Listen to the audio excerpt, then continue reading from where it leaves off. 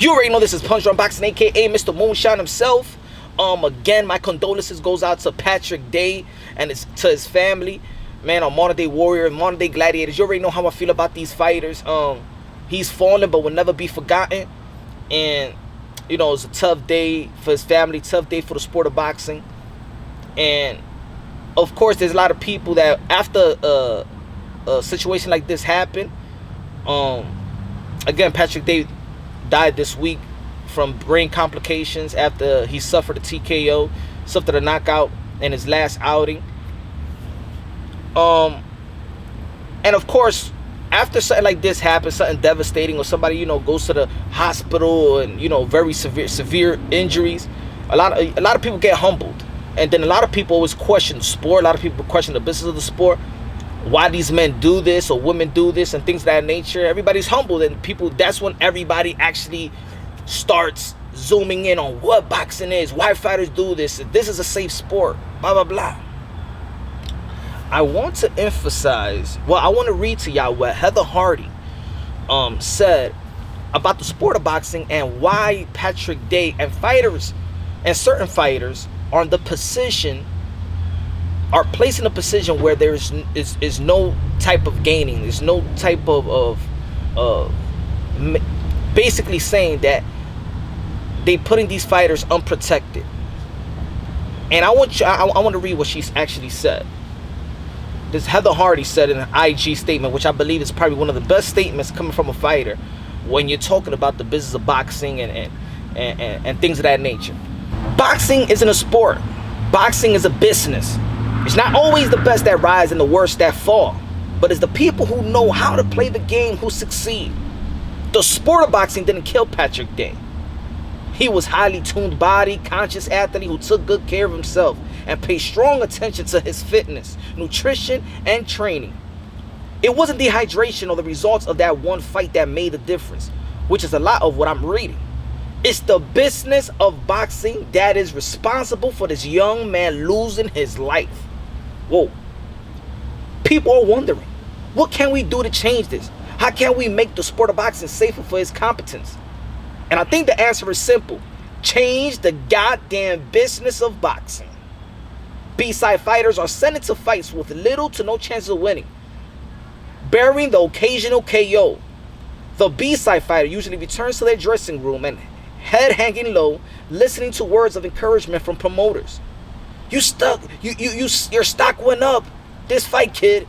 You were really tough out there. You did so many good things. That was so good. If you had another couple of rounds, I bet you could have turned things around. And they hype you up like, we can do it again. One better fight, I could get back on the A side. If I train harder, spar, more fine-tuned. And the truth is, you're just becoming a good opponent. A decent record on paper. And you put up exciting fights for the fans to see. You essentially just become a punching bag for fighters who have already been financially backed and invested in. A practice test for them on the come up. Sure, some promoters would like to see you win, succeed.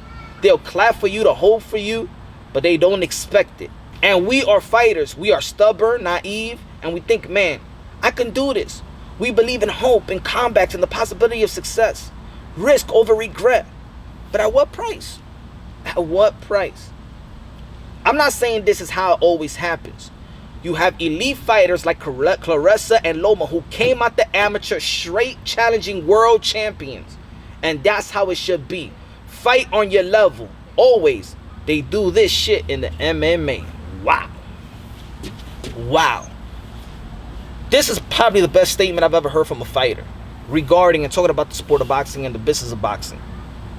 And if you follow Punch Drunk Boxing, I've been trying to say this for a long time. I've been trying to emphasize the business of boxing, the business of boxing, the business of boxing. People always want to question, why Lomachenko is number one? You know why? Because he came straight from the amateurs and fighting ranked fighters. I never understood, and I said this when we're talking about the young bulls in the sport of boxing. We're talking about the Teofimo Lopez, Gervonta Tank Davis, Ryan Garcia, Devin Haney, all these dudes that have great skills, probably A type of level skill Elite skills. I'm not saying they elite fighters yet because they got things to accomplish, but elite skills. And they fighting a bunch of, you know what it is, Uber drivers, food truck vendors, you know what I'm saying? For what? For what? Why? If this is a sport that boxers always say it's a dangerous sport. Look, it's a dangerous sport for Patrick Day. It's a dangerous sport. So why they will put somebody else in that position knowing then there's no chance that opponent is going to win. It's no chance. Look at everybody's first fights. Yeah, you're fighting the best in the amateurs when coming up. There's no reason why in the amateurs you fighting the best. You fighting, let's say for example, Keith Thurman for Demetrius Andrade in the amateurs, and then wow, that's the best of the best in the amateurs, or the Charles Haney of the world. They fought each other, right? And then let's say boom, they move up to the professional level and they fighting dudes that they couldn't even compete with them in the amateurs. If this is such a dangerous sport and you care about the opponent, you care about the integrity of the sport, why are you fighting somebody that you know, without a shadow of a doubt, he got no chance of beating you? And you're trying to knock him out. You're trying to end his life too. Yes, it's a brutal sport, but you know what you're doing in the ring. It's prize fighting. I understand. But when somebody calls you out about the sport of boxing and questions your heart and questions your grit, I know. These are my modern day warriors, my modern day gladiators. But at the end of the day, it's I don't mind the people questioning. Because in the sport of boxing, it looks like everybody from fighters to promoters to managers to advisors contradict the whole thing. It is not a sport. It's a business. That's why it's called prize fighting. It is what it is. There are fighters that are invested. There are fighters that is put there. Look at it. Look when we see certain how you say it, outcome of different fights. And we be like, oh, this person got robbed. This person didn't get robbed. Triple G, Sergey didn't get. He got robbed. But it's the business of boxing. What they want is the zone. They put a lot of money. They had a lot of money invested in the Triple G and the Canelo trilogy. You think they're going to let Sergey?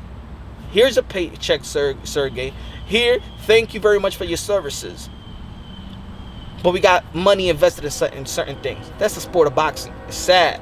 We love the competitive nature when we see in a great fight. But at the end of the day, it's nothing beautiful about the business of boxing. They love their checks. They love what they do. And you can understand. Once the boxers understand the business of boxing, it's not a sport for them anymore.